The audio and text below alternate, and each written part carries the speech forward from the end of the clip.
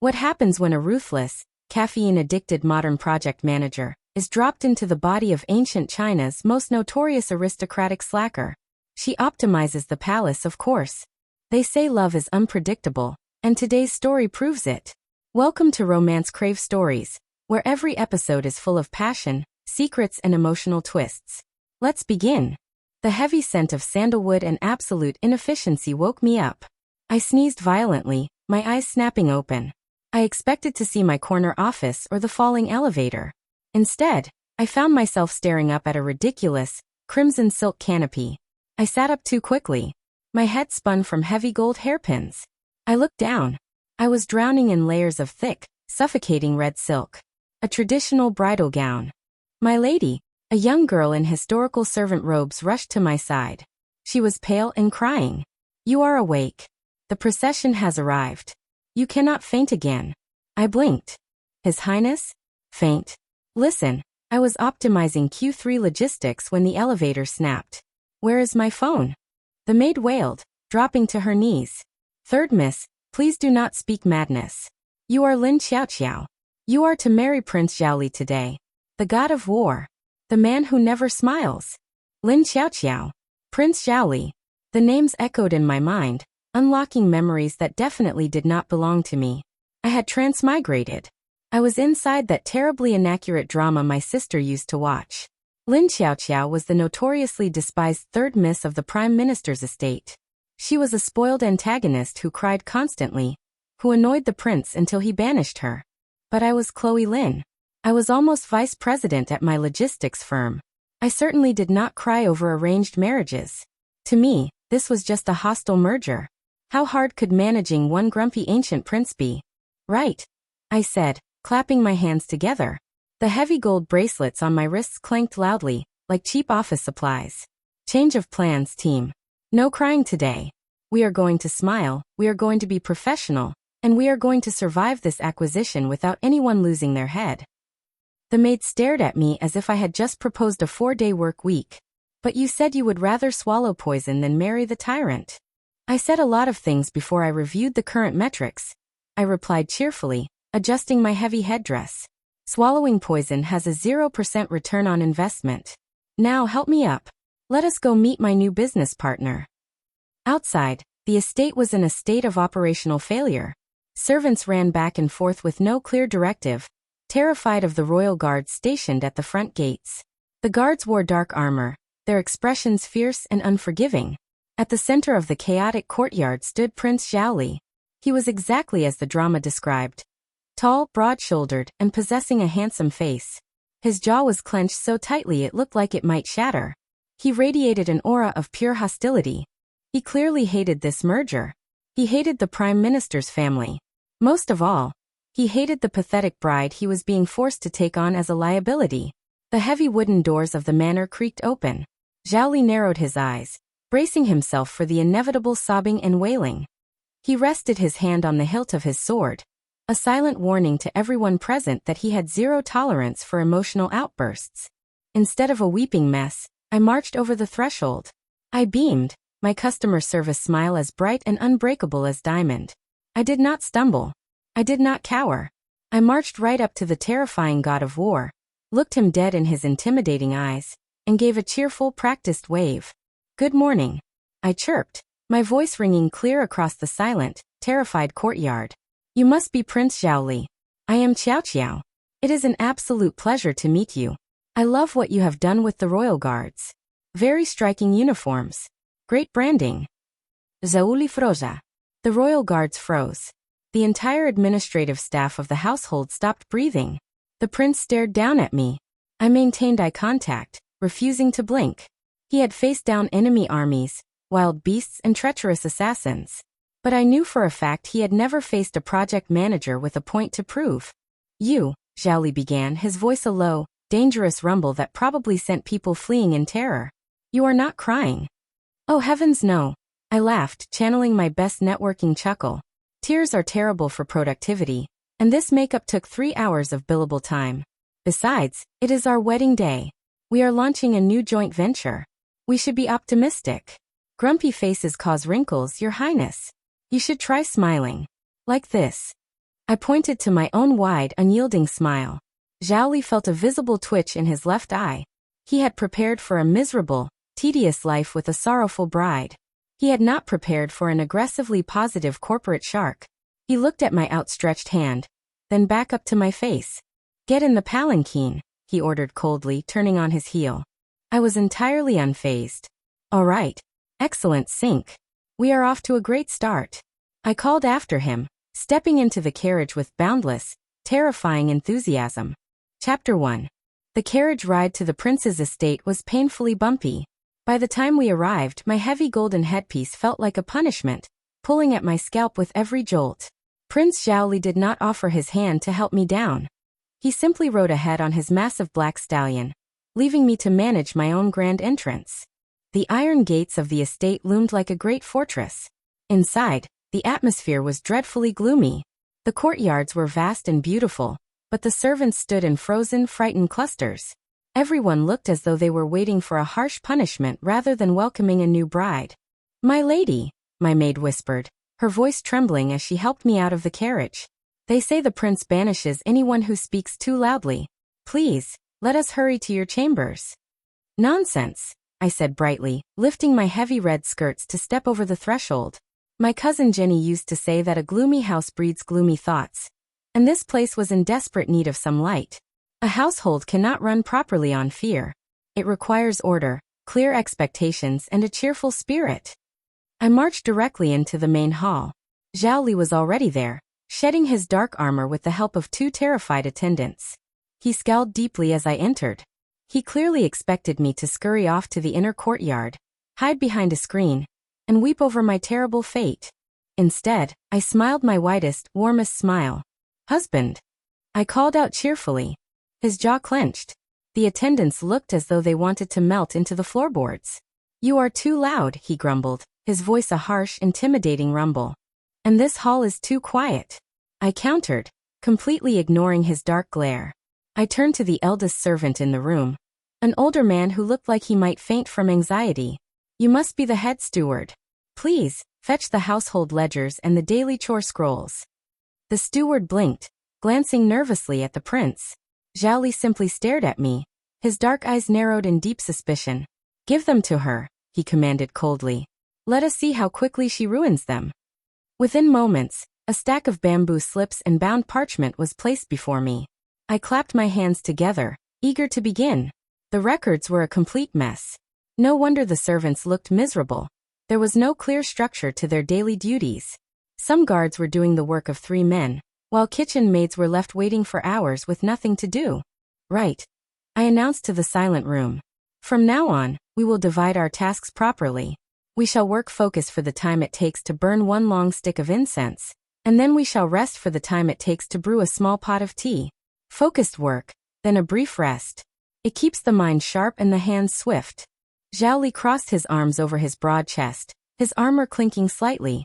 "You intend to let the servants sit idle while there is labor to be done?" "I intend to make sure the work is actually finished without mistakes, Your Highness," I said smoothly, offering him another blinding smile. "A tired worker is a careless worker. Just watch." For the next hour, I organized the terrified maids and attendants. I assigned sweeping, washing, and preparing the evening meal into strict, timed intervals of focused effort and brief rest. I praised them brightly when a courtyard was swept clean, and offered gentle, encouraging corrections when they missed a spot. By the time the sun began to set, the estate did not feel quite so much like a graveyard. The servants were moving with purpose, the floors were shining, and a few of the younger maids even dared to offer me a shy smile. Zhao Li watched me from the head of the long wooden table. He had not moved, nor had he stopped frowning. I walked over to him, pouring him a cup of warm tea myself. "See? Much better," I said, setting the delicate cup before him. "A happy home is a peaceful home." He looked down at the tea, then up at my relentlessly cheerful face. The fierce god of war looked entirely thrown off balance. "You are an incredibly strange woman, Lin Qiaoqiao," he muttered, sounding more exhausted than angry. "Thank you, husband." I beamed, bowing my head politely. "I look forward to our morning gathering tomorrow. Sleep well." Chapter 2. The next morning, I refused to wear the heavy, dark colors expected of a fierce warlord's wife. Instead, I asked my maid to find the softest silks in my trunks. I chose a flowing gown of pale sage green, layered over blush pink and cream. It felt light, fresh, and much more suited to my sunny disposition. I made my way to the inner receiving room. Today was the day I had to meet the managing ladies of the estate. Prince Zhao Li had no official concubines, which was a relief, but his household was run by a gaggle of distant, noble-born female cousins who had lived here for years. They controlled the silver, the servants, and the supplies. When I stepped into the room, 4 ladies sat sipping tea. They wore sneers that matched their heavy, overly bright gowns. The leader, Lady May, did not even stand to greet me. "Ah, the new bride," Lady May said, her voice dripping with false sweetness. "We heard you made quite a fuss yesterday with the sweeping maids. But do not worry your pretty head about the serious matters. We handle the estate's silver." "Good morning." I beamed, ignoring her disrespect and taking the highest seat at the table. "I am so glad you mentioned the silver. Please bring me the household ledgers and a wooden abacus." The ladies exchanged mocking glances, but Lady May waved a hand. A servant brought a towering stack of bamboo scrolls and a polished wooden abacus. They clearly expected me to look at the numbers, burst into tears, and run away. Instead, I pulled the heavy scrolls toward me. Mathematics had always been my greatest strength. Numbers told a story, and they never lied. "Let us begin with the silk budget," I said cheerfully. My fingers flew across the wooden beads of the abacus. Clack, clack, clack. The sound was sharp and fast in the quiet room. I did not need to pause or struggle. The calculations formed perfectly in my mind. I moved from the silk budget to the grain stores, and finally to the tea purchases. The smirks on the ladies' faces slowly melted into expressions of absolute horror. "Oh dear," I said, my smile never wavering as I looked up at them. "It seems we have a small problem. According to my counting, there are 400 taels of silver missing from the winter supply fund, and another 200 missing from the kitchen accounts." Lady May turned the color of old milk. You must be counting wrong. You are but a spoiled girl. You cannot possibly understand such large numbers." "I assure you my counting is flawless," I replied sweetly, resting my chin on my hands. "Now, I am sure this was just a simple mistake. A misunderstanding. But going forward, things will be different." I unrolled a fresh scroll and picked up an ink brush. "From this day on, we will track everything exactly. Furthermore, the seamstresses and kitchen workers will follow a new rhythm to ensure no silver or time is wasted," I explained, drawing neat columns. "They will focus fully on their tasks for the time it takes to burn 1 thick stick of incense. Then they will stop completely and rest for the time it takes to burn a very thin, short stick. Work, then rest. Work, then rest. It will keep their minds sharp and prevent careless mistakes with our materials." The room was dead silent. The ladies stared at me as if I were a demon wearing a soft blush pink dress. I had caught their thievery in less than half an hour, and I had done it with a terrifyingly bright smile. "If the missing silver is returned by tomorrow morning, I will forget this ever happened," I chirped, standing up and smoothing my sage green skirts. "Have a wonderful day, ladies." As I turned to leave the room, I froze. Prince Zhao Li was leaning against the wooden doorway. His dark robe swallowed the morning light, and his handsome face was entirely unreadable. How long had he been standing there? He looked at the sweating, terrified noble ladies. Then he looked at the abacus on the table. Finally, his dark eyes locked onto my cheerful face. "You can calculate numbers in your head," he said. It was not a question. It was a statement of pure disbelief. "A little bit of math keeps the mind healthy, husband," I said warmly, clasping my hands together. "Do you need me to count the royal guard's weapon budget next?" Zhao Li stared at me for a long, silent moment. Then very slowly, the corners of his mouth twitched. It was not quite a smile, but it was close. "Do not push your luck, Qiaoqiao," he murmured, turning to walk away. I beamed at his retreating back. The grumpy prince was definitely softening. Chapter 3. By the end of my first week, the inner court was running with the precision of a finely tuned supply chain. The missing silver had mysteriously reappeared in the treasury overnight, and Lady May now avoided me like I was a walking audit. However, my next project was far more daunting. The company culture among Prince Zhao Li's senior staff. Once a month, my brooding husband hosted a dinner for his top military commanders. I decided to attend, much to the horror of my maid. When I entered the grand dining pavilion, The atmosphere was thick enough to cut with a halberd. 6 massive, battle-hardened generals knelt at their low tables, eating their roast duck in absolute, terrified silence. Zhao Li sat at the head of the room, radiating an intimidating gloom that completely ruined the ambience of the floating lanterns. There was zero synergy. Cross-departmental communication was non-existent. This was a hostile work environment, and I simply could not allow it. "Good evening, gentlemen," I announced, sweeping into the room in a bright marigold yellow gown. 6 pairs of chopsticks clattered to the floor. The generals stared at me in shock, then looked to the prince, silently asking if they were allowed to acknowledge the crazy lady who had just breached a high-level military dinner. Zhao Li pinched the bridge of his nose. "Qiaoqiao, this is a strategy meeting." "It is a dinner, husband, and a very quiet one at that," I corrected gently, taking my seat beside him. I signaled the servants to pour the wine. You cannot expect your executive team to perform optimally on the battlefield if they do not trust one another. To build trust, we must foster open communication. Therefore, we are doing an icebreaker. "A what?" General Wang, a man with a scar running down his cheek, blurted out. "An icebreaker." I beamed. "We are going to play a game called 2 Truths and a Lie. Each person will share 3 facts about themselves. 2 must be completely true, and 1 must be false. The rest of the team has to guess which one is the lie."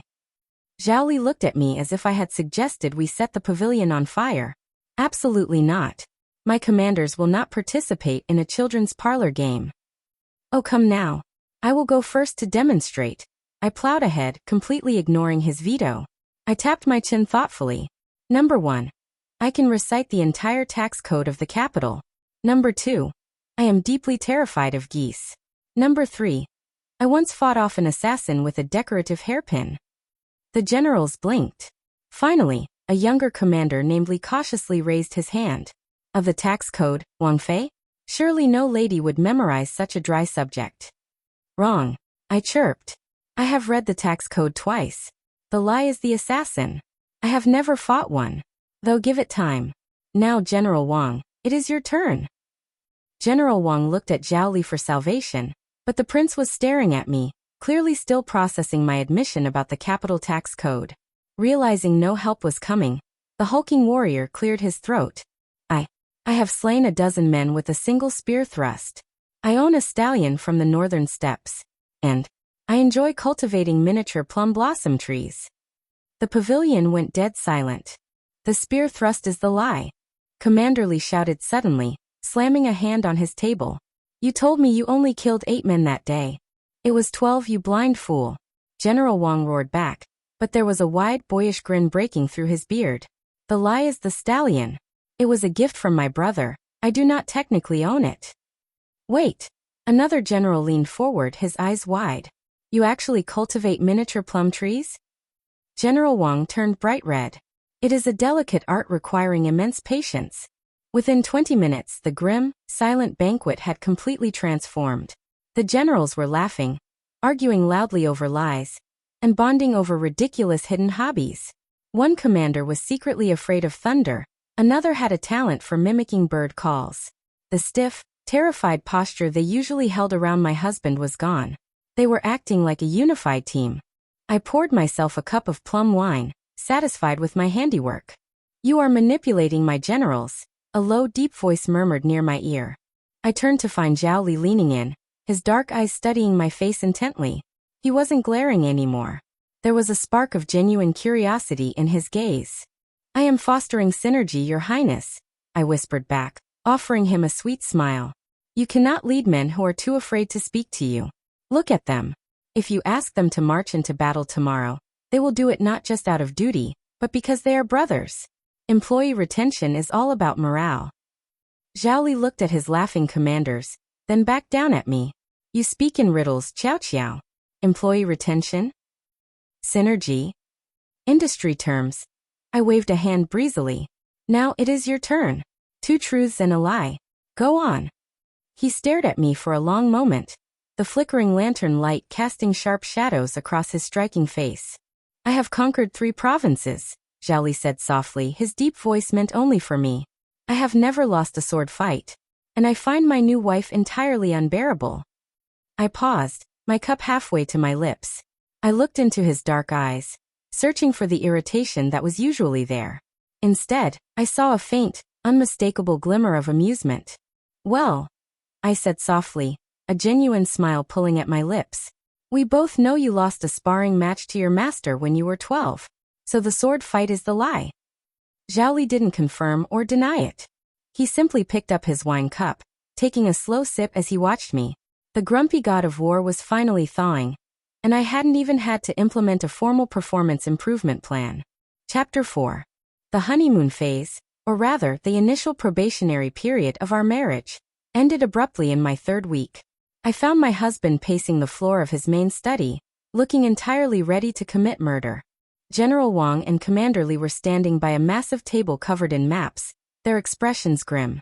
I had dropped by to deliver some morning tea and a proposed agenda for the upcoming Moon Festival. But the dark clouds in the room immediately signaled a crisis.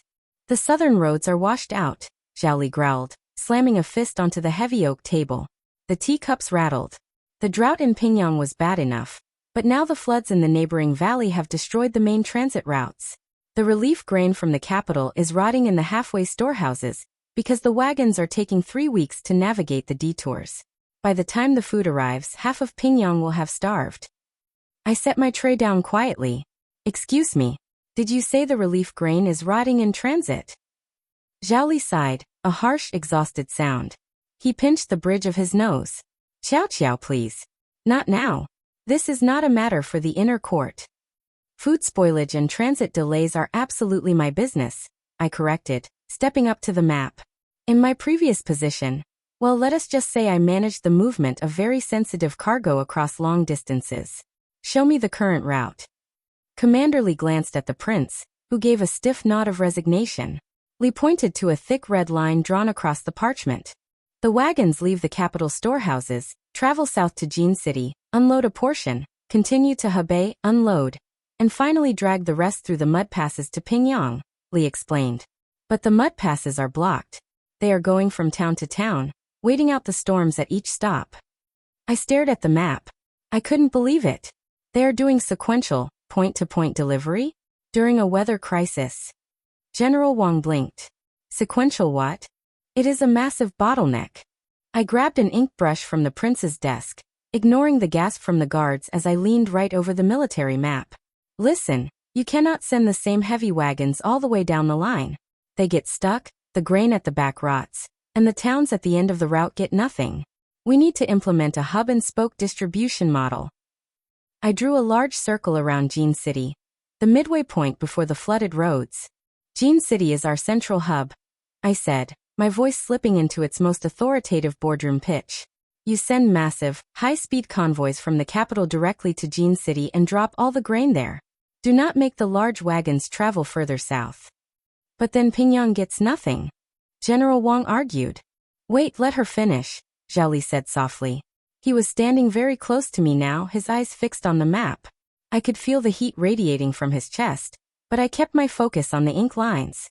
"From the Jin City hub, you deploy smaller, faster carts, the spokes," I continued, drawing dozens of thin lines radiating outward to the southern towns. "Smaller carts can navigate the muddy, washed-out secondary roads that the heavy capital wagons cannot. Furthermore, we must implement FIFO at the storehouses." "FIFO," Zhao Li repeated, the unfamiliar syllables rolling strangely off his tongue. "First in, first out," I explained, turning to look at him. We were inches apart. I caught a whiff of sandalwood and leather. I cleared my throat, forcing my brain back to logistics. "The grain that arrives first must be shipped out first. Right now, your men are likely dumping the new grain on top of the old grain in the storehouses, meaning the stuff at the bottom rots before it ever sees a wagon. Organize the sacks. Oldest inventory ships out immediately." The room fell into a stunned silence. The generals stared at my messy ink circles on their pristine military map. "Centralize the bulk drop-off, then disperse via lighter transport," Commander Li muttered, tracing the lines with a callous finger. "Gods above. It cuts the heavy travel time in half. We avoid the mud passes entirely. And the older grain is consumed before it spoils," Zhao Li added, his deep voice carrying a note of pure wonder. He slowly looked up from the map, his dark, intense gaze locking onto mine. There was no annoyance left in his eyes, no lingering prejudice against the useless daughter of the Prime Minister. Instead, he looked at me the way a man looks at water after a month in the desert. It was thrilling and utterly terrifying. "General Wang," Zhao Li commanded, his eyes never leaving my face. "Draft the orders. Implement the hub-and-spoke model immediately. And enforce this FIFO system." "Yes, Your Highness." The generals bowed deeply, practically sprinting from the room to send the carrier pigeons. When the doors closed, we were left alone in the quiet study. "You continue to surprise me, Qiaoqiao," Zhao Li murmured. He reached out, his large, callous fingers gently brushing a stray smudge of ink from my cheek. The touch sent a jolt straight down my spine. "Where did you learn to command supply lines?" "Oh, you know." I managed a breathless laugh, my corporate armor cracking just a little under his intense stare. "Reading. Lots of reading. Just basic project management, really." "Project management," he echoed, a slow, devastatingly handsome smile finally breaking across his face. It transformed him entirely, melting away the terrifying god of war, and leaving behind a dangerously attractive man. "I think, wife, I am going to enjoy this merger of ours very much." Chapter 5. By month 2, all of my internal metrics were green. The estate's budget was out of the red, the servants' turnover rate was at an all-time low, and the hub-and-spoke grain distribution had officially saved Pingyang province. My husband, the terrifying god of war, was currently holding a 100% approval rating in my books, primarily because he had started bringing me sweet plum cakes during my afternoon ledger reviews. We were a highly functional, synergetic organization. Naturally, that was the exact moment a competitor attempted a hostile takeover. The threat arrived on a Tuesday in the form of the Duke of Wei and his daughter, Lady Rulon. The Duke was a wealthy, powerful figure in the capital, and an old rival of my father, the Prime Minister. Lady Rulon was everything the original Lin Qiaoqiao was supposed to be. Delicate, accomplished in poetry, and so fragile she looked like a strong breeze might snap her in half. They ambushed us in the main receiving hall right after breakfast. "Prince Zhao Li," the Duke boomed, bowing with exaggerated respect.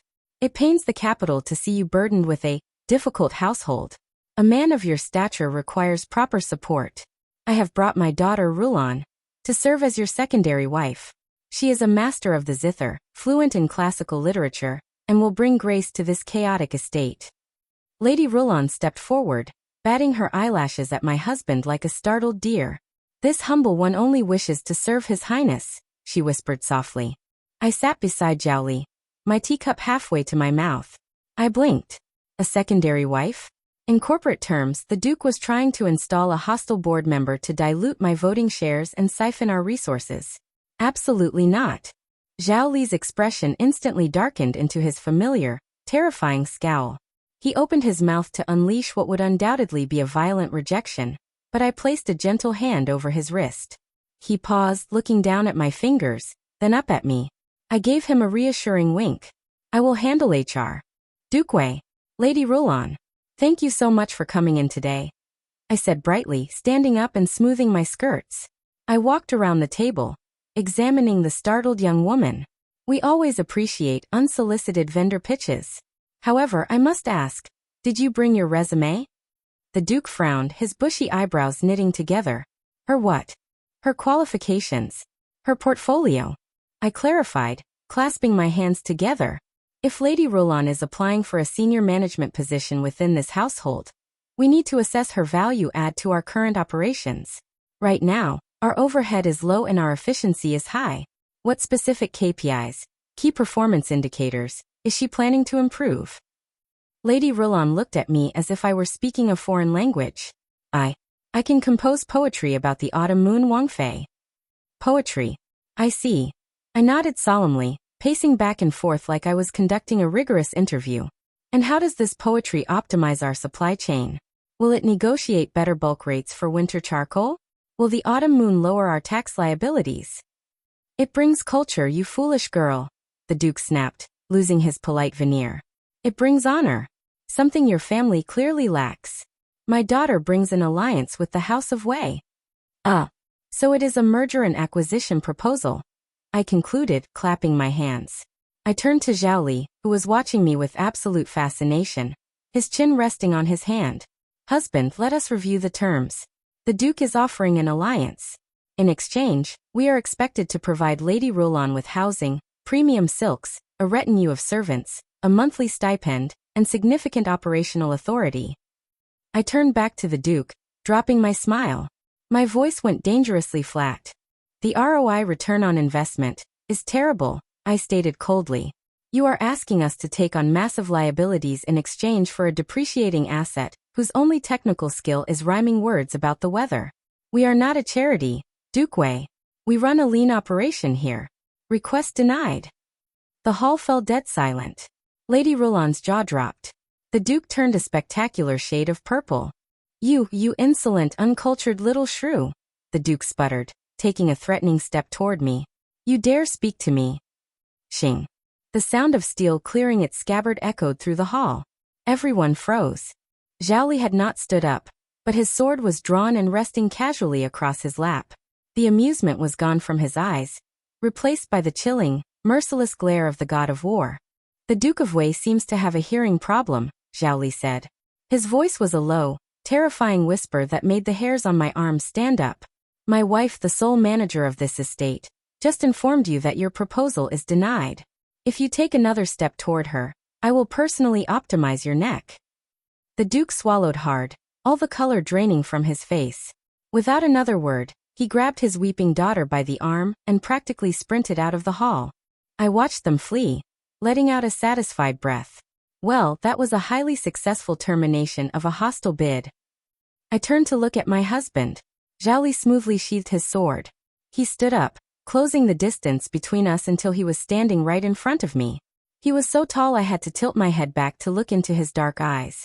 You defended my territory, he murmured, his voice a rich, velvety rumble. We are partners, Your Highness, I reminded him, my heart suddenly beating a frantic rhythm against my ribs. A united front is essential for long-term stability. Zhao Li reached out, his hand sliding to the back of my neck, his thumb resting gently against my jaw. The touch was possessive, warm, and entirely unprofessional. Partners, he agreed softly, a wicked, beautiful smile curving his lips. I like the sound of that, Qiaoqiao. Tell me, what is our next quarterly goal? Chapter 6. Exactly 3 months had passed since the elevator snapped and dropped me into the Jin dynasty. In the corporate world, 3 months marked the end of the first quarter. It was time for a mandatory performance review. I set up my office in the Western Garden Pavilion.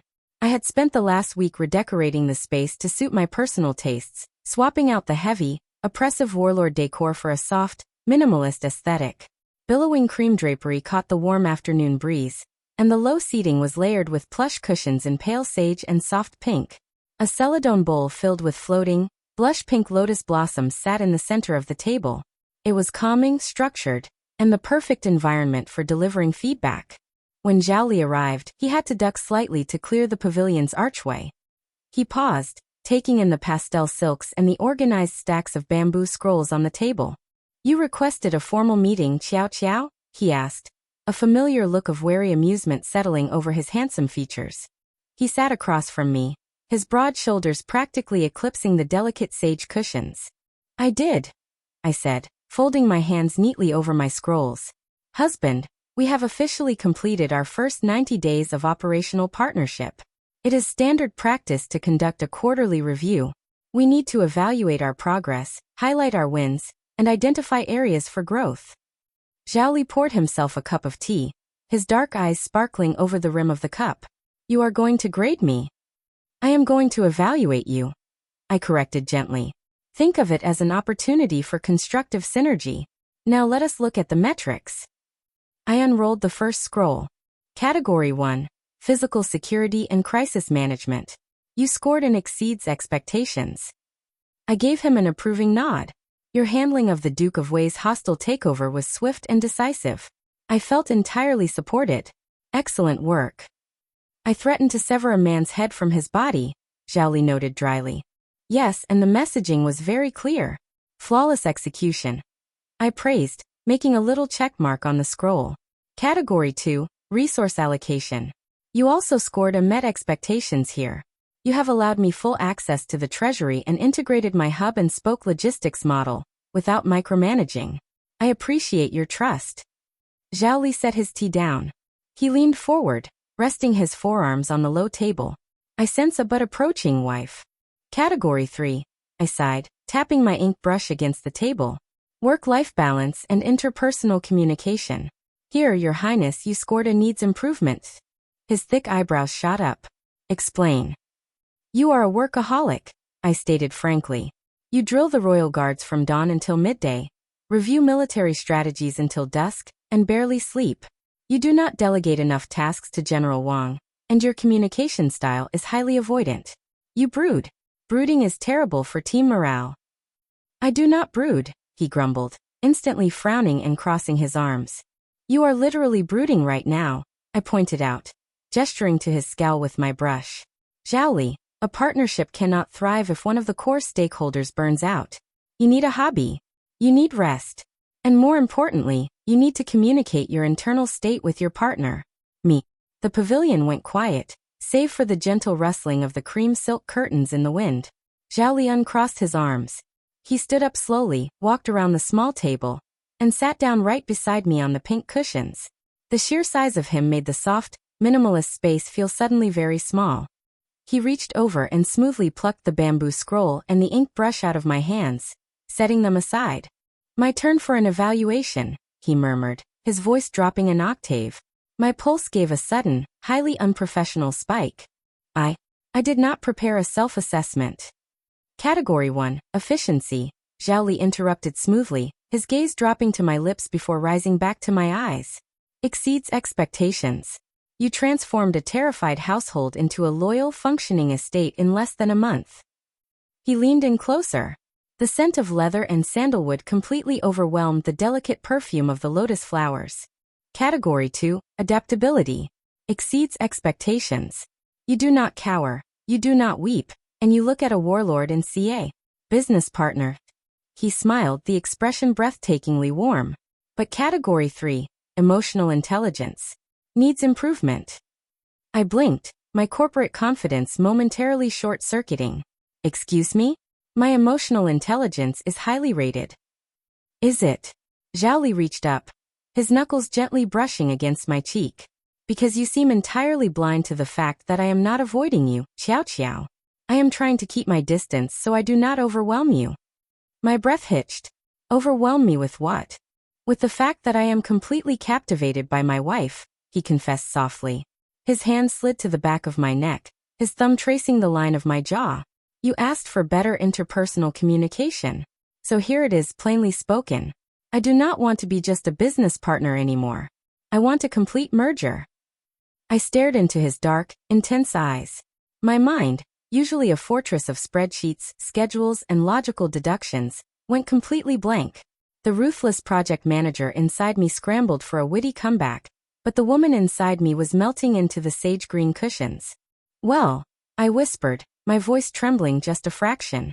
I suppose we can revise the terms of our contract. Zhao Li's smile widened, triumphant and devastating. Excellent. I look forward to our next quarter. He leaned down, and the god of war finally closed the distance, sealing our new agreement with a kiss that completely shattered every metric I had left. Chapter 7. Our newly renegotiated contract made the working environment at the estate significantly more distracting. It is very difficult to audit the winter coal budget when your incredibly handsome, fiercely protective husband keeps finding excuses to hover by your desk, brush his hand against your waist, and look at you like you are the most fascinating piece of data he has ever encountered. I was dangerously close to losing my professional edge. To recalibrate, I scheduled a mandatory site inspection of the eastern perimeter wall just after dusk. Zhao Li naturally insisted on accompanying me. The eastern wall is perfectly secure, Qiaoqiao, he murmured, walking close enough that our shoulders brushed. The moonlight cast long, romantic shadows across the cobblestones, completely ruining my attempt to focus on infrastructure. You do not need to inspect the masonry at this hour. Proactive maintenance is the cornerstone of risk management, I replied, tapping my bamboo scroll with my ink brush. Besides, the night watchmen need to know management is visible and engaged. Accountability, husband. Zhao Li chuckled, a low, rich sound that sent a very unmanagerial shiver down my spine. You are relentless. He reached out, his fingers intertwining with mine. My heart did a ridiculous little flip. I was just about to tell him that public displays of affection were a distraction to the staff, when the shadows above us suddenly detached themselves from the roofline. Thwack. Thwack. 2 steel-throwing stars embedded themselves into the wooden pillar mere inches from my head. Before I could even blink, Zhao Li moved. The relaxed, teasing husband vanished, instantly replaced by the cold-blooded god of war. He yanked me behind his broad back, his sword clearing its scabbard with a sharp, deadly hiss. 3 men dressed in completely impractical black silk dropped into the courtyard. Their faces masked, curved blades glinting in the moonlight. Assassins, Zhao Li growled, his body tense and ready to spring. Stay behind me, Qiaoqiao. I peeked around his shoulder, my project manager instincts immediately overriding my survival instincts. I looked at the throwing stars in the pillar, then at the men in black. Unbelievable, I muttered, whipping out my ink brush. This is a gross violation of workplace safety protocols. Zhao Li parried a vicious strike from the first assassin, the clash of steel echoing through the courtyard. He kicked the man in the chest, sending him flying backward into a decorative koi pond. Qiaoqiao, get back. Zhao Li barked, effortlessly blocking a second blade. I will do no such thing, I am filing an incident report. I shouted back, furiously scribbling on my scroll. Who throws sharp projectiles in a poorly lit corridor? That is a massive liability. And look at their footwear. Smooth-soled boots on damp cobblestone? They are practically begging for a slip-and-fall lawsuit. The third assassin, who was winding up to throw another star, actually paused. He looked down at his boots in confusion. That microsecond of hesitation was all Zhao Li needed. He swept the assassin's legs out from under him, disarmed him with a flick of his wrist, and pinned him to the ground with the heavy heel of his boot pressed firmly against the man's throat. The other 2 assassins, seeing their leader captured and realizing they were hopelessly outmatched, scrambled over the wall and vanished into the night. Panting slightly, his eyes burning with lethal intent, Zhao Li glared down at the trapped man. Who sent you? He demanded, his voice a terrifying, guttural threat. Speak, or I will peel the flesh from your bones. The assassin squeezed his eyes shut, trembling in terror. Hold on, let me handle this, I said, stepping out from behind my husband. I knelt down next to the terrifying warlord and his captive, holding my bamboo scroll like a clipboard. What are you doing? Zhao Li asked, looking at me as if I had lost my mind. I am conducting an exit interview, I explained patiently. I looked down at the wide-eyed assassin. Let us talk about your employer. I can already tell their onboarding process is severely lacking. Did they not provide you with any hazard pay for taking on a high-risk target like the God of War? What about a life insurance policy for your dependents? The assassin blinked, utterly bewildered. What? Compensation. I clarified, speaking slowly. Are you an independent contractor, or are you on a retainer? Because if you are on a retainer, sending you into a heavily guarded royal estate with cheap, smooth-soled boots is indicative of a deeply toxic corporate culture. They are cutting corners on your equipment budget to pad their own margins. Do you really want to die for a boss who doesn't value your basic safety? The assassin stared at me, then looked up at Zhao Li's deadly blade, and finally back to my incredibly disappointed, maternal glare. It was the Prime Minister, the assassin blurted out, tears suddenly welling in his eyes. He hired us. We are independent contractors. He only paid us half up front, and said we had to buy our own weapons. He didn't even reimburse us for the travel expenses from the capital. No travel reimbursement? I gasped, shaking my head in disgust. Classic exploitation. Simply unacceptable. I stood up, brushing the dust from my skirts, and made a final checkmark on my scroll. Well, husband, we have our root cause. My father sent them. Zhao Li slowly lowered his sword. He stared at the sobbing assassin, then looked up at me. The lethal rage in his eyes had completely dissolved into a look of absolute, profound awe. You broke an elite capital assassin, Zhao Li whispered, by critiquing his benefits package. Everyone wants to feel valued, Your Highness, I said primly, tucking my scroll away. Now, have the guards take this poor, uninsured man to the dungeons. We have a hostile family merger to plan for. Chapter 8. The morning after the assassination attempt, the atmosphere in the estate was buzzing with a highly productive undercurrent of vengeance. I stood in the center of Zhao Li's command study, a fresh cup of matcha cloud tea in my hand. I had replaced his heavy, blood-red battle maps with a massive sheet of cream-colored parchment mounted on a wooden easel. General Wang and Commander Li stood at attention, watching me with the terrified, obedient reverence usually reserved for deities or strict auditors. Zhao Li sat at his desk, his dark eyes tracking my every movement. He looked incredibly smug for a man who had almost been assassinated the night before. "Gentlemen," I began, picking up a piece of charcoal. The assassination attempt was a clear breach of protocol, but it provided us with actionable intelligence. The Prime Minister, my estranged father, is our hostile actor. He is attempting to liquidate us before His Highness can expose his embezzlement of the military pension funds. General Wang gripped the hilt of his sword. "Just give the word, Wang Fei. I will march the vanguard to the capital and drag him out by his beard." "While I appreciate your enthusiasm for aggressive restructuring, General," I said, tapping the parchment, "a direct assault would tank our public relations and label us as treasonous. We need a stealthier approach. We are going to implement a disinformation campaign and launch a strategic counter-trap." I drew 3 large circles on the parchment.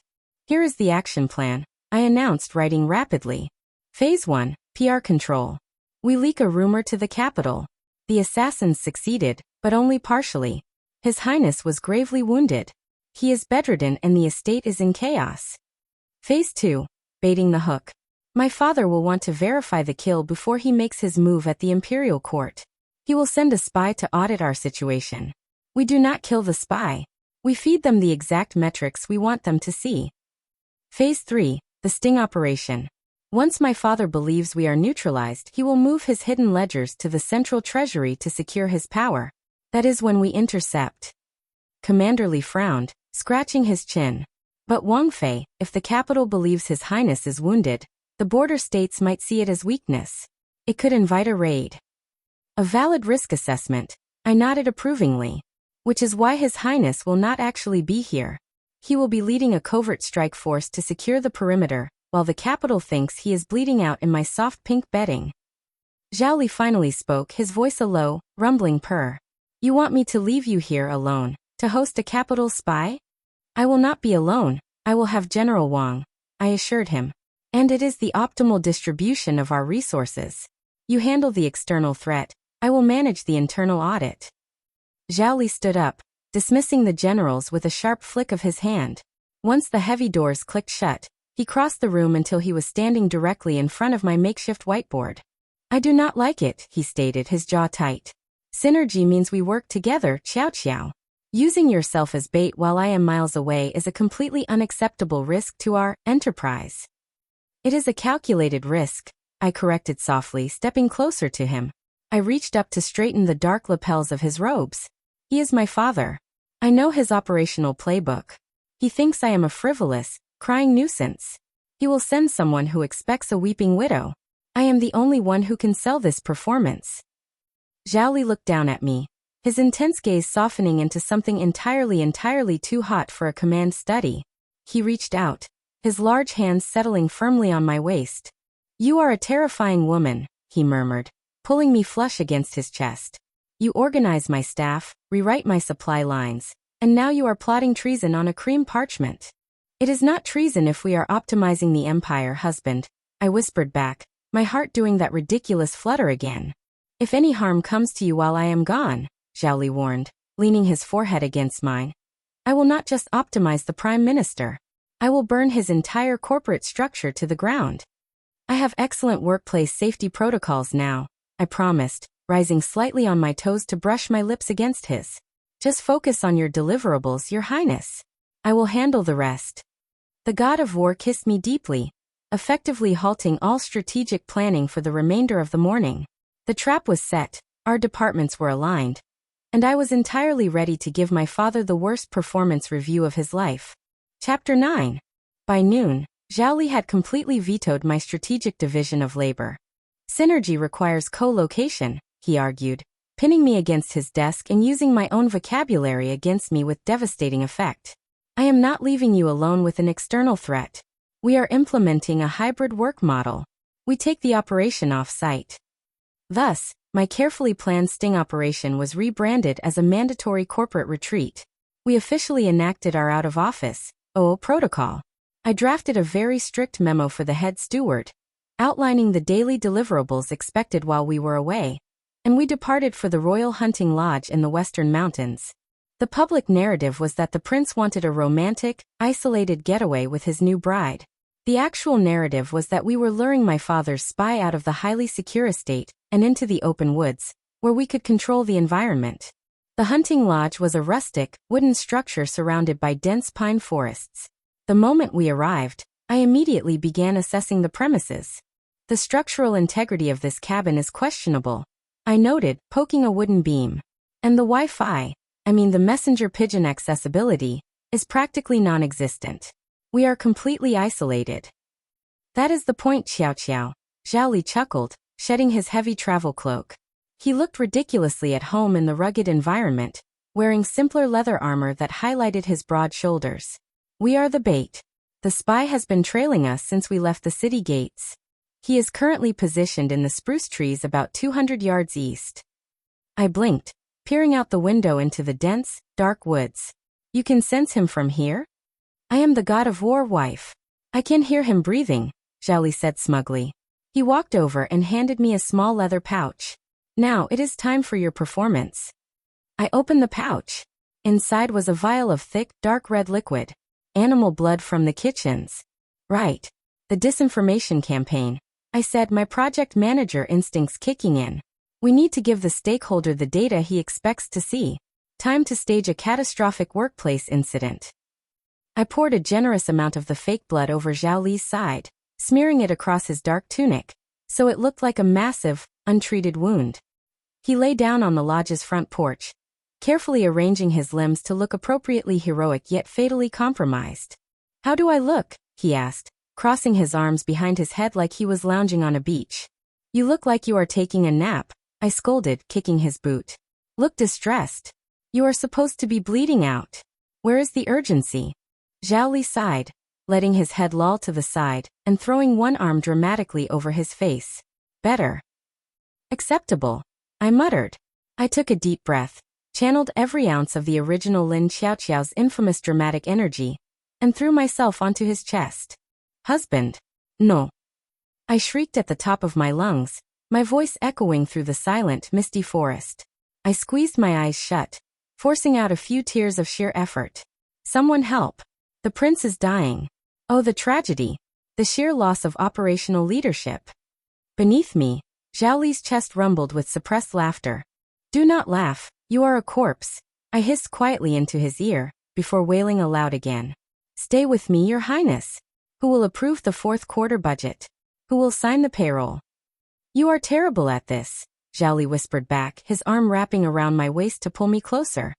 He buried his face in my neck, pretending to gasp for his final breaths, while actually pressing a trail of warm kisses against my collarbone. I am giving a highly convincing performance, I whispered, shivering as his lips grazed my skin. Stop distracting me. Is the auditor still watching? Zhao Li subtly shifted his gaze toward the tree line.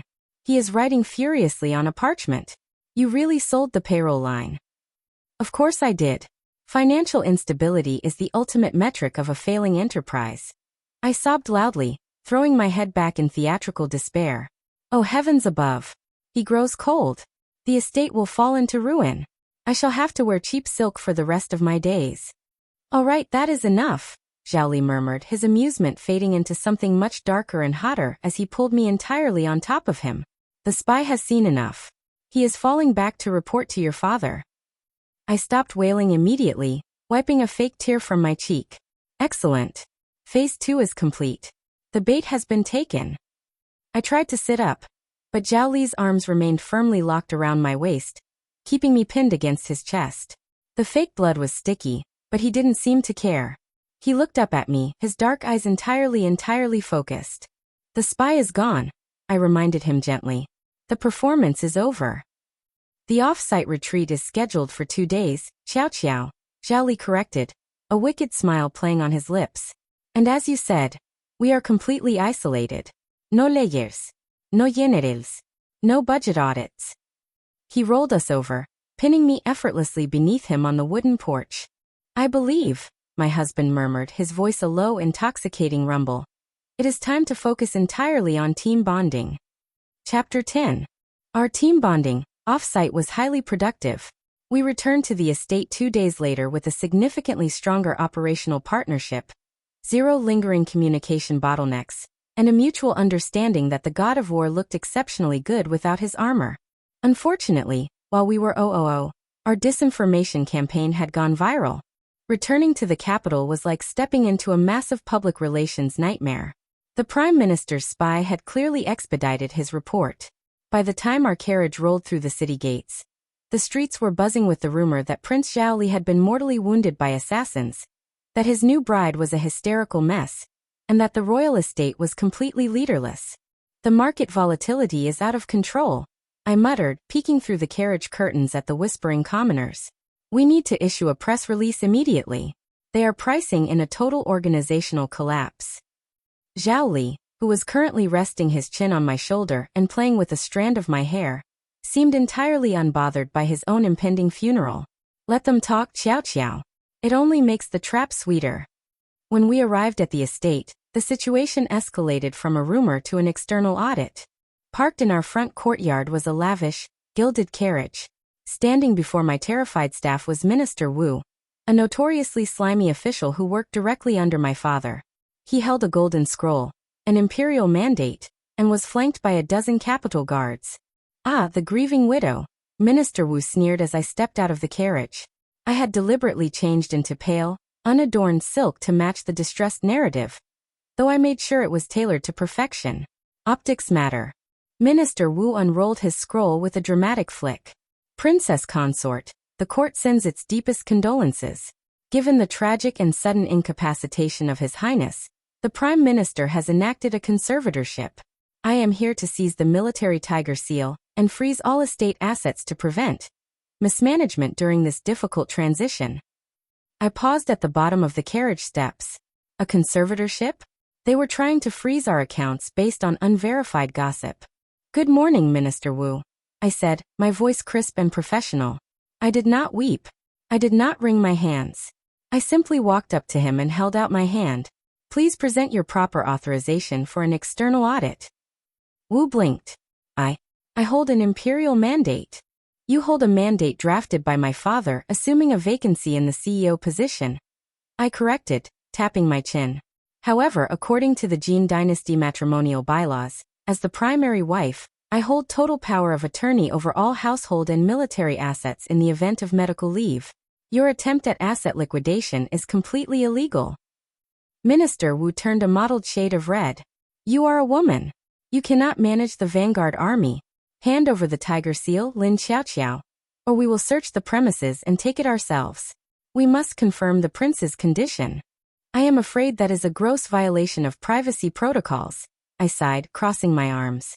Furthermore, if you step 1 foot into my administrative offices without an appointment, I will have General Wang file a formal grievance for trespassing.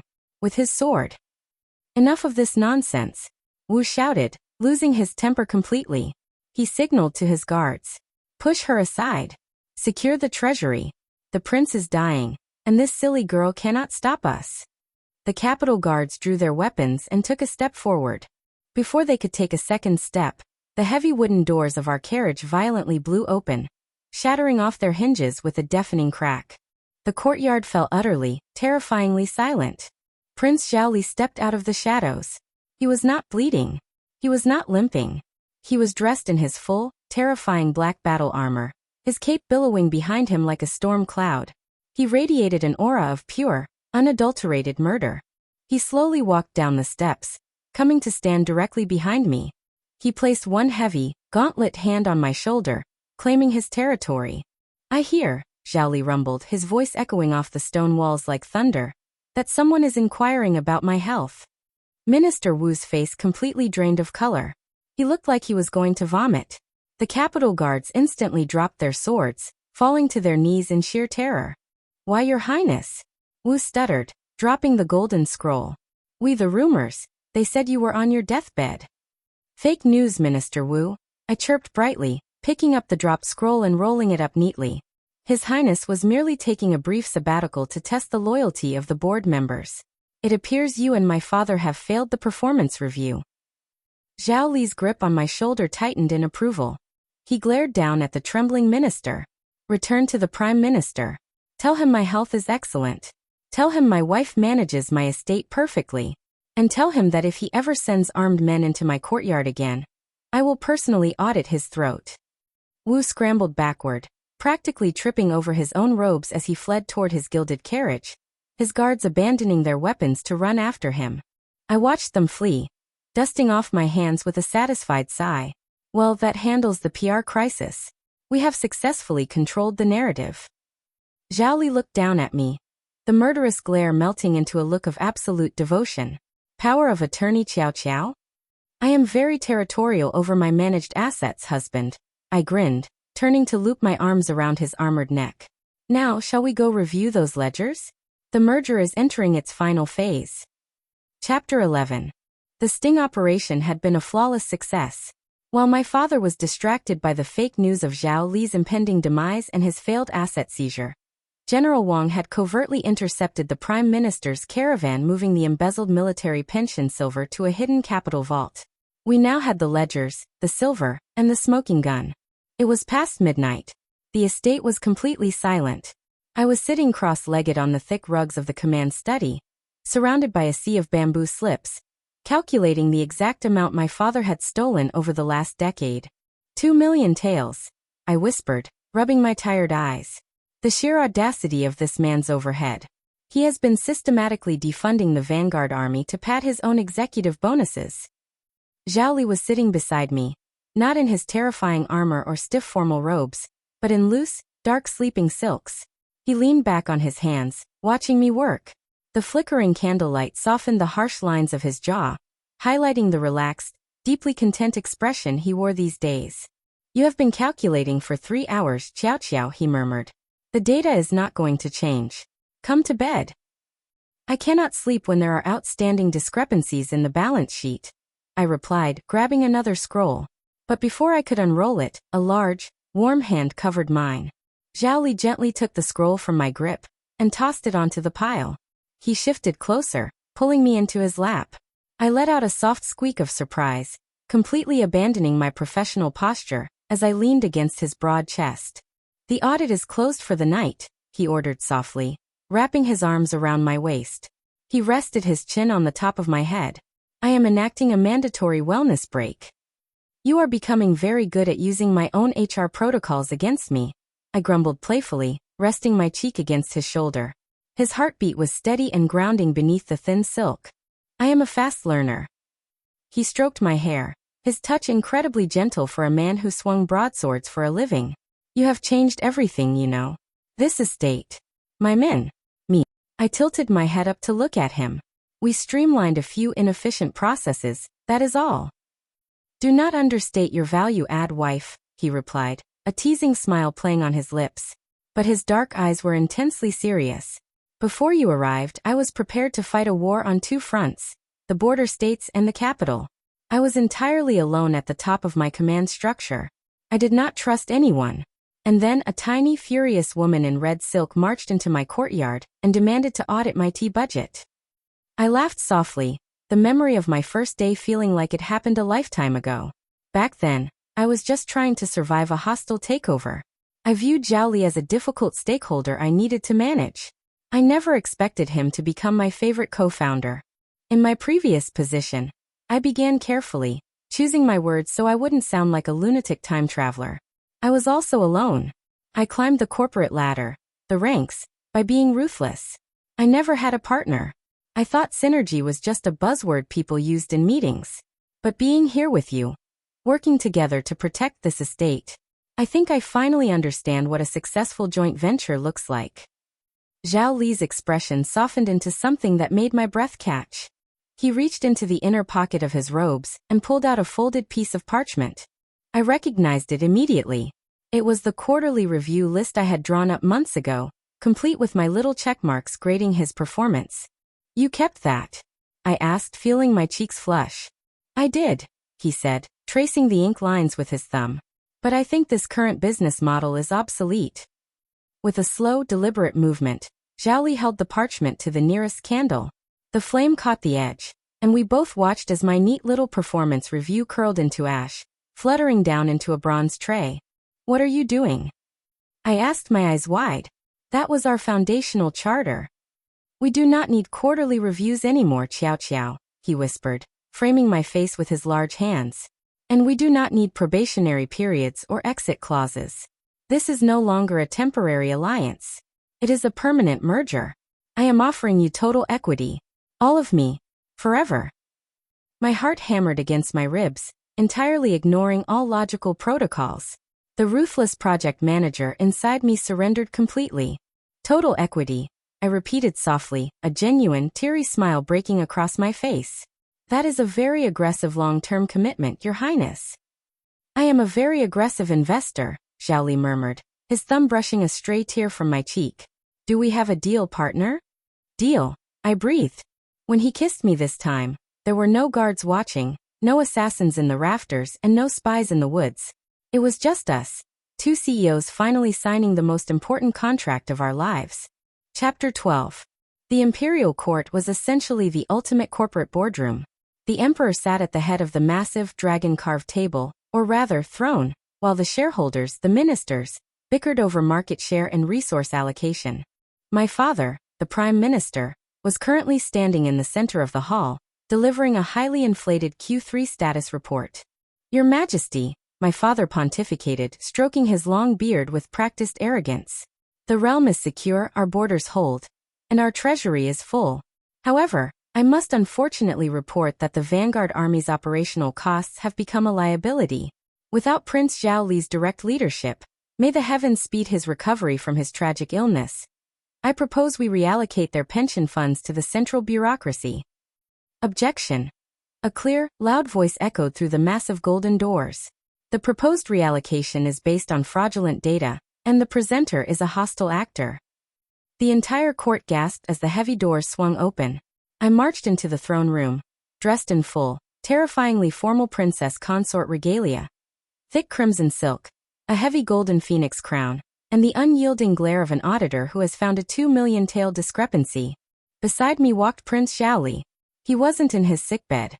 He was in his black and gold court robes, looking like the god of war, and a very angry majority shareholder rolled into one.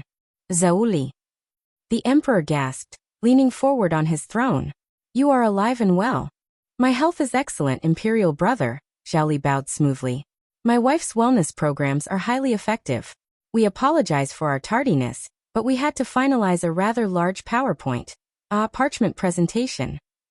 At my signal, General Wang and Commander Li marched into the hall, carrying a massive wooden easel and 3 heavy cedar chests. They slammed the chests onto the jade floor. The sound echoed like a judge's gavel. My father's face went the color of a bruised plum. "Qiaoqiao, what is the meaning of this? Women are not permitted to address the Imperial Assembly." "I am not speaking as a woman, Prime Minister," I said coldly, stepping up to my easel. "I am speaking as the legally appointed auditor of the Vanguard Army, and I am here to issue a notice of immediate termination." I unrolled a massive sheet of parchment on the easel. I had stayed up all night drawing graphs. "Your Majesty, esteemed ministers," I projected my voice to the back of the room. "The Prime Minister claims the Vanguard Army is a liability. I direct your attention to Figure A, the pension fund embezzlement scheme." I tapped a large, aggressively read downward trending line graph with a wooden pointer. Over the last 10 years, the Prime Minister has systematically siphoned 2 million taels of silver from the military budget. He routed the funds through shell companies, fake grain suppliers in Hubei, and non-existent silk merchants in the south. The money was then laundered into his personal offshore, or off-site vaults. "Lies," my father roared, pointing a trembling finger at me. "This unfilial wretch is mad. She has been brainwashed by the warlord. Where is your proof, you insolent girl?" "General Wang." I nodded. Wang kicked open the 3 cedar chests. Millions of taels of silver spilled out onto the pristine jade floor, jingling merrily. On top of the silver sat a stack of black ledgers. "We intercepted your caravan 2 nights ago," Zhao Li said, his voice a lethal, vibrating threat that silenced the entire hall. "The ledgers contain your personal seal, Prime Minister. Every stolen copper is accounted for." The court erupted into chaos. Ministers backed away from my father as if he were suddenly highly contagious. You cannot do this. My father panicked, falling to his knees before the emperor. Your Majesty, she is my daughter. She violates the laws of filial piety to attack her own blood. This is a gross breach of traditional ethics. I am exercising my fiduciary duty to the empire. I countered flawlessly, folding my arms. Filial piety does not cover white-collar crime. Furthermore, I have compiled a list of secondary HR violations committed by the Prime Minister. I flipped to the next parchment, bullet pointing his offenses. Gross negligence. Cutting funding to border defense. Workplace violence. Hiring independent contractors, assassins, with improper footwear to infiltrate my estate. Toxic management. Consistently creating a hostile environment for the working class. The emperor, who had been staring at my bar graphs with absolute fascination, finally raised his hand. The room fell instantly silent. The data is highly compelling, the emperor mused, looking from the ledgers to my father. Prime Minister Lin, your performance has been entirely unsatisfactory. You have stolen from the empire's defenders. The emperor signaled the imperial guards. Guards, strip him of his official robes, seize his assets, liquidate his remaining estates, and banish him to the northern border. He is formally dismissed. As the guards dragged my screaming, protesting father out of the grand hall, I calmly rolled up my charts and tucked my wooden pointer away. It was the most satisfying termination I had ever executed. Zhao Li stepped up beside me, slipping his hand into mine, entirely ignoring the shocked stares of the remaining ministers. Flawless presentation, partner, he whispered, his thumb caressing my knuckles. Thank you, Your Highness, I beamed, looking up at his handsome face. I believe that officially concludes our restructuring phase. The market is ours. Chapter 13. The successful liquidation of my father's corrupt enterprise brought a massive influx of capital back into our accounts. With the stolen pension funds recovered and our political enemies officially ousted from the board of directors, it was time for my favorite corporate tradition, the end-of-year compensation review. I called for a mandatory all-hands sink in the main courtyard. The entire Vanguard Army leadership, alongside the entire domestic staff, stood in neat, perfectly aligned rows. They no longer looked like a terrified group of hostages waiting for the god of war to shout at them. They stood tall, their armor polished and their faces bright with anticipation. The culture shift was officially complete. I stood at the top of the stone steps, a massive stack of red envelopes resting on a table beside me. Zhao Li stood at my right, looking incredibly handsome in his dark formal robes. He watched me with the proud, smug expression of a CEO who knows his company is currently dominating the market. Team, I began, my voice carrying clearly across the quiet courtyard. This has been a highly volatile fiscal year. We navigated hostile takeovers, survived workplace safety violations, and successfully restructured the imperial court. None of this would have been possible without your synergetic output and unwavering brand loyalty. I picked up the first heavy red envelope. Therefore, I am thrilled to announce the distribution of our annual bonuses, which will include retroactive hazard pay for all active duty personnel. The courtyard erupted into cheers. Even the battle-hardened veterans let out whoops of joy. I raised a hand, and the discipline returned instantly. General Wang, I called out. The hulking warrior stepped forward, bowing deeply. For your exceptional leadership during the capital sting operation, and your overall excellence in project execution, you are receiving your back pay, a 20% retention bonus, and... I gestured to a servant, who led a massive, beautiful stallion into the courtyard. A company vehicle, fully expensed. General Wang's eyes widened. He looked at the magnificent horse, then at me, and finally at Zhao Li. Your Highness, Wang Fei, I am entirely unworthy of such a generous transportation allowance. Nonsense. Commute time is a major factor in employee burnout, I replied briskly, handing him his red envelope. Keep up the good work, General. Next, I called up my personal maid, Xiaoya. She trotted up the steps, her cheeks flushed pink. Xiaoya, you have demonstrated incredible adaptability during our organizational restructuring, I praised, handing her a particularly thick envelope. You are officially promoted to head of domestic operations, effective immediately. This envelope contains your stock options, a deed to a small, profitable farm outside the city limits. Xiaoya burst into tears, dropping to her knees. "Third miss. You are too kind. I will work for you until my hair turns white." "No, you will work for me until you reach the standard retirement age, at which point you will draw a pension." I corrected her gently, pulling her to her feet. "We do not endorse lifelong indentured servitude in this administration." For the next hour, I distributed bonuses, adjusted compensation packages, and officially implemented a mandatory paid time off, PTO, policy for all staff members. By the time the final envelope was handed out, the morale in the courtyard was off the charts. The Vanguard army wasn't just loyal to Zhao Li because he was a terrifying warlord. They were loyal because they finally felt valued as stakeholders. As the courtyard cleared, the servants buzzing with excitement over their new wealth, Zhao Li wrapped a warm arm around my waist and pulled me against his side. "You just gave away a small fortune, Qiaoqiao," he murmured, pressing a kiss to my temple. "You have to spend money to make money, husband," I replied, leaning into his embrace. "Employee retention is far cheaper than recruiting and training new hires. The ROI on those red envelopes will be astronomical." "I am sure it will be," he chuckled, turning me to face him. His dark eyes were soft and incredibly warm. "But it seems the auditing department missed one outstanding bonus." I blinked, my professional curiosity piqued. Did I? I double-checked the ledgers. Every manager and subordinate was accounted for. "Not everyone," Zhao Li said softly. He reached into his wide sleeve and pulled out a small, exquisite wooden box lined with dark velvet. He flipped it open. Inside rested a magnificent jade seal. But it wasn't carved from the heavy, dark stone typical of a warlord's estate. It was carved from a breathtaking piece of soft, blush-pink jade. The base was etched with flawless calligraphy, and the top was shaped into a fierce, protective dragon curled protectively around a blooming lotus flower. "What is this?" I breathed, reaching out to trace the smooth pink stone. "It is my personal imperial seal," Zhao Li explained, his voice dropping to a low, intimate rumble. "Recarved to match your aesthetic. It grants the bearer absolute, unquestionable authority over my armies, my lands, and my wealth. Wherever this seal is stamped, my word is stamped." I looked up at him, entirely stunned. "Zhao Li, this is the highest level of executive clearance. You are giving me unrestricted access to the entire enterprise." "I am giving you my life, Qiaoqiao," he corrected gently, stepping closer until there was no space left between us. "You restructured my household. You saved my men. You defended my honor in the imperial court. But most importantly, you taught a man who only knew war how to actually live."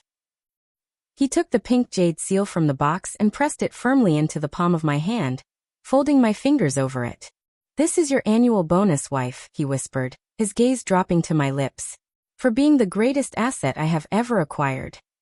"I am not an asset," I whispered back, my heart melting completely into a puddle of unprofessional romance. "I am a co-founder." "Then let us continue building our empire," the god of war murmured, right before he pulled me in and kissed me with a fierce, possessive passion that definitively closed out our fiscal year. Chapter 14. Spring arrived in the capital, bringing with it blooming plum blossoms, clear skies, and our most ambitious quarterly goal yet: a complete corporate spin-off. While liquidating my father's corrupt assets had been satisfying, the constant micromanagement from the Central Imperial Court was a lingering bottleneck. Zhao Li and I did not want to spend the rest of our lives submitting expense reports to the emperor. We wanted total operational autonomy. We wanted our own territory. To achieve this, we needed to deliver the mother of all pitches. We hosted the emperor at our newly renovated summer pavilion. I had instructed the staff to pull out all the stops. We had a catered buffet, a highly choreographed sword dance performance by the Vanguard Army, which was really just an interactive display of our security capabilities, and most importantly, a massive architectural maquette set up in the center of the hall. The emperor, flanked by his royal guards and remaining advisors, circled the enormous wooden model of Pingyang province. "Princess Consort," the emperor said, stroking his chin as he peered at a miniature wooden water wheel. "You requested this royal audience to propose what did you call it again?" "A special economic zone, Your Majesty," I announced, stepping up to the model with my trusty wooden pointer. I was wearing my most authoritative, tailored silk robes, power dressing at its finest. Currently, Pingyang province relies on a highly inefficient, top-down bureaucratic model. Taxes are routed to the capital, heavily delayed, and then redistributed back to the province. The friction costs are astronomical. The emperor blinked. Friction costs. Waste imperial brother. Zhao Li translated seamlessly from his seat beside the emperor. He was sipping his tea, looking entirely relaxed and dangerously handsome. He had picked up my corporate jargon with terrifying speed. She means the gold gets lost in transit. Exactly, I beamed. I tapped the center of the wooden model. We propose a decentralization of assets. You grant His Highness and myself a permanent, autonomous charter over Pingyang. We manage our own taxation, our own infrastructure, and our own supply chains. In exchange, we guarantee the capital a flat 30% annual dividend, paid up front, with zero administrative overhead required from your ministers. The royal advisors immediately began to murmur. Preposterous, one older minister squeaked. To grant a prince total autonomy? It is essentially allowing him to build his own kingdom. What of the risk of rebellion? Zhao Li set his teacup down. The gentle clink silenced the entire pavilion instantly. Minister Zhang, Zhao Li said, his voice smooth but laced with that familiar, underlying lethality. If I wanted to rebel, I would not be offering you a 30% dividend. I would simply optimize you. The minister swallowed hard and took a very quick step backward. Risk assessment is a vital part of any negotiation. I interjected cheerfully, smoothly de-escalating the situation. But look at the data, Your Majesty. Under our hub-and-spoke logistics model, Pingyang's grain output has increased by 40%. The Vanguard Army is fully funded, and our employee retention is at an all-time high. A spin-off benefits the parent company, the Empire, by guaranteeing a high yield with zero management required. The emperor looked at the meticulously carved model, then at the thick, perfectly bound proposal scroll I had placed on the table, and finally at his fearsome brother. He could see that Zhao Li wasn't glaring, brooding, or looking for a fight. He looked happy. He looked like a man who had finally found a co-pilot he trusted. A flat 30% guaranteed, regardless of drought or flood? The emperor confirmed, raising an eyebrow. Signed and guaranteed by my own seal, Zhao Li affirmed. The emperor let out a booming laugh that echoed off the pavilion walls. Very well. It seems the god of war has traded his battle strategies for business ledgers. I approve this spin-off. Pingyang is yours to govern as an autonomous economic zone. A servant rushed forward with the golden imperial decree. The emperor stamped it with his massive jade dragon seal. He then gestured for us to co-sign. Zhao Li stood up and walked over to me. He didn't reach into his robes for his own seal. Instead, he looked down at me, a fiercely proud smile on his lips, and nodded. I reached into my sleeve and pulled out the blush-pink jade seal he had given me. I pressed it into the red ink, aligned it perfectly next to the emperor's massive stamp, and pressed down firmly. Clack. The deal was closed. We were officially independent. Later that evening, after the emperor's procession had returned to the capital, Zhao Li and I stood alone on the highest balcony of the estate. The sun was setting, casting a warm, golden glow over the bustling courtyards below. Servants were laughing, guards were patrolling with relaxed confidence, and the ledgers were perfectly balanced. Zhao Li wrapped his arms around me from behind, resting his chin on the top of my head. We looked out over our newly secured, autonomous territory. We did it, I breathed, leaning back into his solid warmth. The ultimate hostile takeover, reverse-engineered into a peaceful spin-off. Our market position is completely untouchable. You did it, Qiaoqiao, he corrected softly, turning me around in his arms. The sunset caught the gold threads in his robes, but his dark eyes were the only thing I was focused on.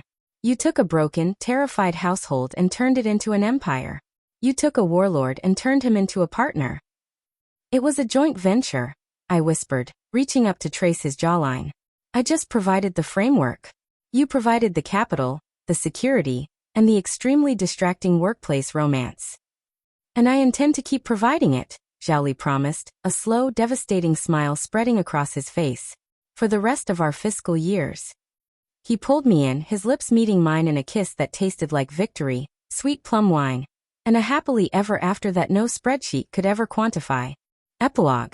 5 years is a standard corporate metric for assessing long-term strategic growth. If I were to draft a formal 5-year retrospective on the Pingyang Autonomous Economic Zone, the resulting bar graphs and profit margins would quite literally break the cedar ceiling of my command study. The main estate in Pingyang no longer resembled a dreary, blood-soaked warlord's fortress. Over the years, I had completely rebranded our headquarters. The heavy, oppressive iron and dark woods had been replaced with open, airy pavilions featuring billowing cream drapery, pale sage green cushions, and delicate blush pink lotus ponds. The feminine framework, as I secretly called my overarching management philosophy, had proven wildly successful.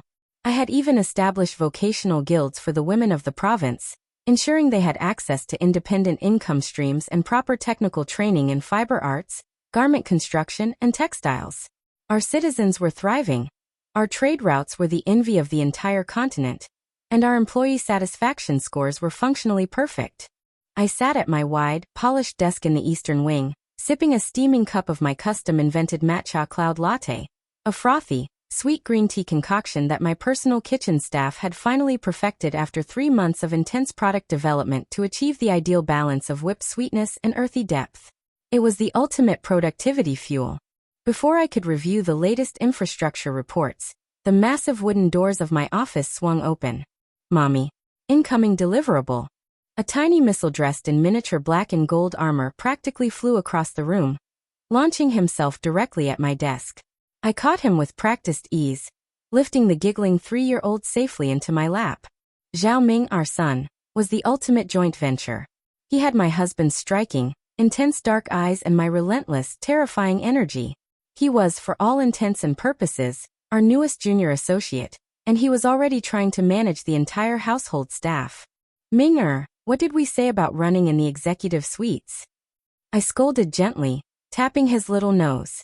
Walking feet only, Ming recited, completely unrepentant as he grabbed a heavy bamboo scroll from my desk and pretended to read it. Is this the third quarter budget? The numbers look low. I burst out laughing, pressing a kiss to his soft cheek. Before I could explain the complex nuances of agricultural tax forecasting to a toddler, the god of war himself strolled into the room. Zhao Li had not aged a day, though the harsh, terrifying lines of his face had permanently softened into an expression of deep, abiding contentment. He wore his dark robes loosely, his imposing frame moving with a relaxed, lethal grace. He leaned over my desk, pressing a lingering, warm kiss to my lips before ruffling his son's dark hair. I see the intern is bothering the CEO again, Zhao Li rumbled playfully. I am not an intern, I am a manager. Ming protested loudly, puffing out his little chest.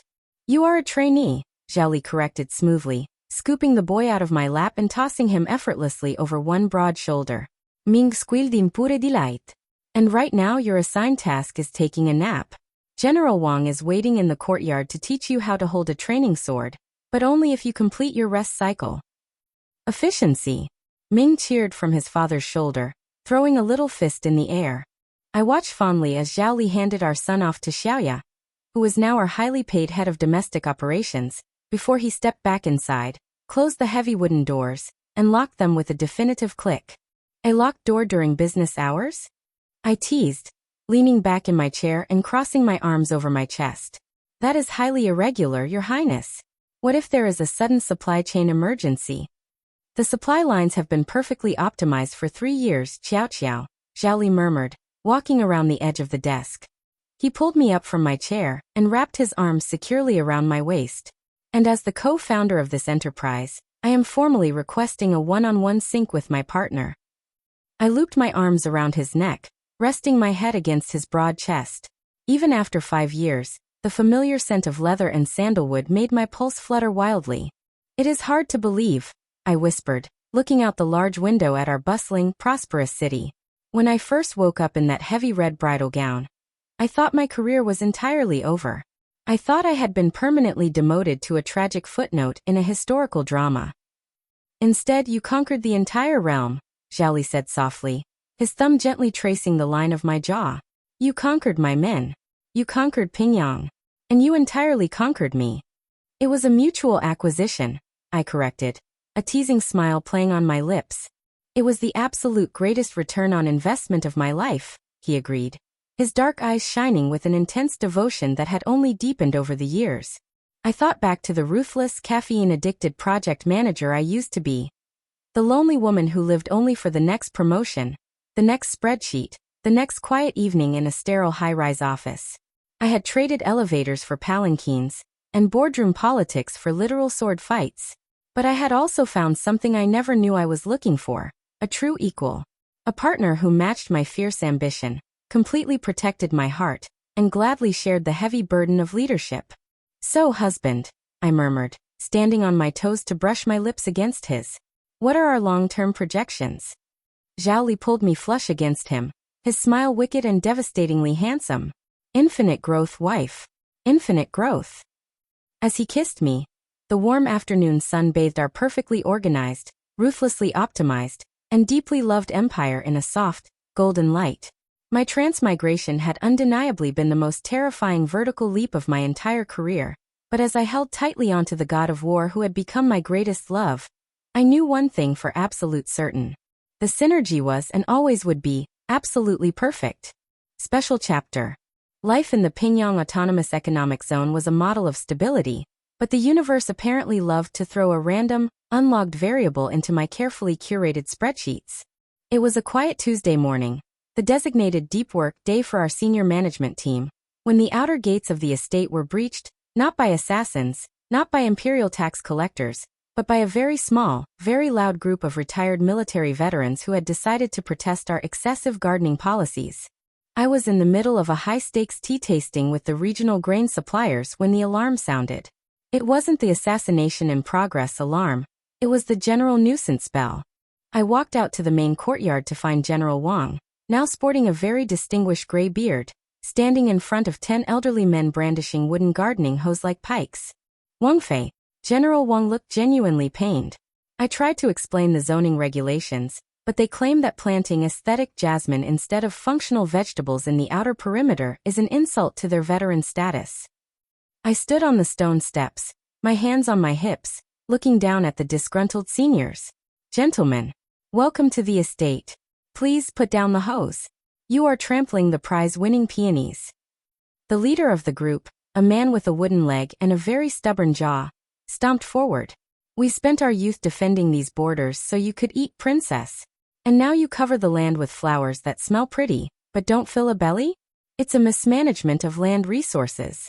I felt a headache forming behind my eyes. This was the downside of having a highly empowered, vocal citizenry. "I appreciate your passion for food security," I said, my voice projecting my best management to staff authority. "However, the jasmine is part of our strategic diversification plan. The fragrance attracts a specific species of pollinator that increases the yield of the neighboring buckwheat fields by 15%. If you had checked the quarterly agricultural bulletin, you would know this is a highly profitable value add." The veterans blinked. They clearly hadn't accounted for pollination logistics. It increases the buckwheat yield?" the veteran with the wooden leg asked, lowering his hoe. "By 15%, I confirmed, stepping down to stand in front of them. "I am not wasting land. I am optimizing the local ecosystem to ensure we have record-breaking harvests. And quite frankly, as veterans, you should be the first to appreciate a tactical advantage." They muttered among themselves. Suddenly, the stiff, angry posture they had held began to deflate. "Nobody told us it was for the buckwheat," one of them grumbled. "Well," I said, a slow, professional smile spreading across my face. "It seems we have a significant breakdown in internal communications. I am sorry that our PR department, General Wang, failed to properly brief you on the agricultural roadmap." General Wang turned beet red. "My apologies, Wang Fei. I was too focused on the structural integrity of the fence." "We will rectify this immediately," I said. "General, please escort these gentlemen to the kitchen. I want them served the finest ginger-infused tea and the high-yield buckwheat cakes we baked from last season's crop. And then, I want you to give them a guided tour of the pollination zones." The veterans looked at each other, then at the promise of free tea and cake.